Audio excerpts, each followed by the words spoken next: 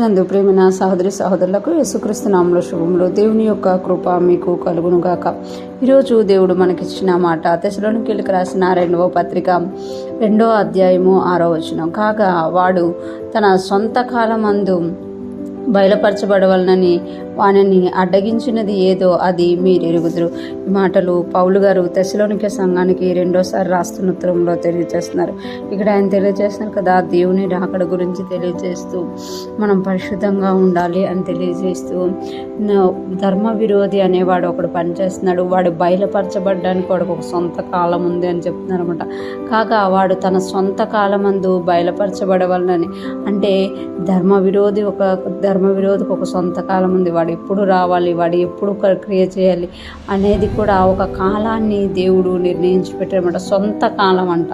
అంటే వాడు అని అంటే ఇక్కడ ధర్మ విరోధి, వాడు తన సొంత కాలమందు బయలుపరచబడవాలని వానిని అడ్డగించింది ఏదో అది మీరు ఎరుగుదురు. అంటే ధర్మ విరోధి అనేవాడు, అంటే దేవునికి విరోధంగా లేచేవాడు, దేవుని రాజ్యానికి విరోధంగా లేచినవాడు లేపబడవలసి ఉంది. వాడు సొంత కాలం ఒకటి ఉంది, అది బయటపరచబడి, అంటే ఇప్పుడు జరుగుతున్నదంతా అంటే ఇవన్నీ కూడా వాడి తాలూకా పిల్లదయ్యాలన్నమాట. కానీ ధర్మ విరోధే బయలుపరచబడిపోతా ఒక రోజు ఒక కాలము ఉంది అనమాట. వానిని అడ్డగించినది ఏదో అది మీరు ఎరుగుదురు. వానిని అడ్డగించినది ఏదో అంటే వాడు ఎందుకు బయలుపరచబడలేకపోతున్నాడు అని అంటే వానిని ఒకటి అడ్డగిస్తుంది.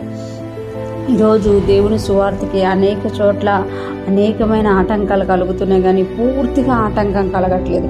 అంటే దేవుని ప్రజలు ప్రార్థించిన ప్రతిసారి కూడా దేవుని పిల్లలు గెలుస్తున్నారు అని అంటే దేవుని ప్రజల్లోన పరిశుద్ధాత్మ అనేది ఉందన్నమాట. ఎప్పుడైతే మనలో పరిశుద్ధాత్మ ఉందో రక్షణ అనేది జరుగుతూనే ఉంటుంది, దేవుని రాజ్యం విస్తరిస్తూనే ఉంటుంది.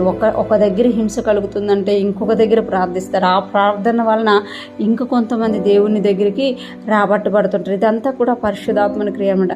ఎప్పుడైతే సంఘము ఎత్తబడుతుందో పరిశుద్ధాత్ముడు కూడా ఈ భూమి మీద నుండి ఎత్తబడతారు. అప్పుడు ధర్మ విరోధి వాని కాలం స్టార్ట్ అవుతుంది.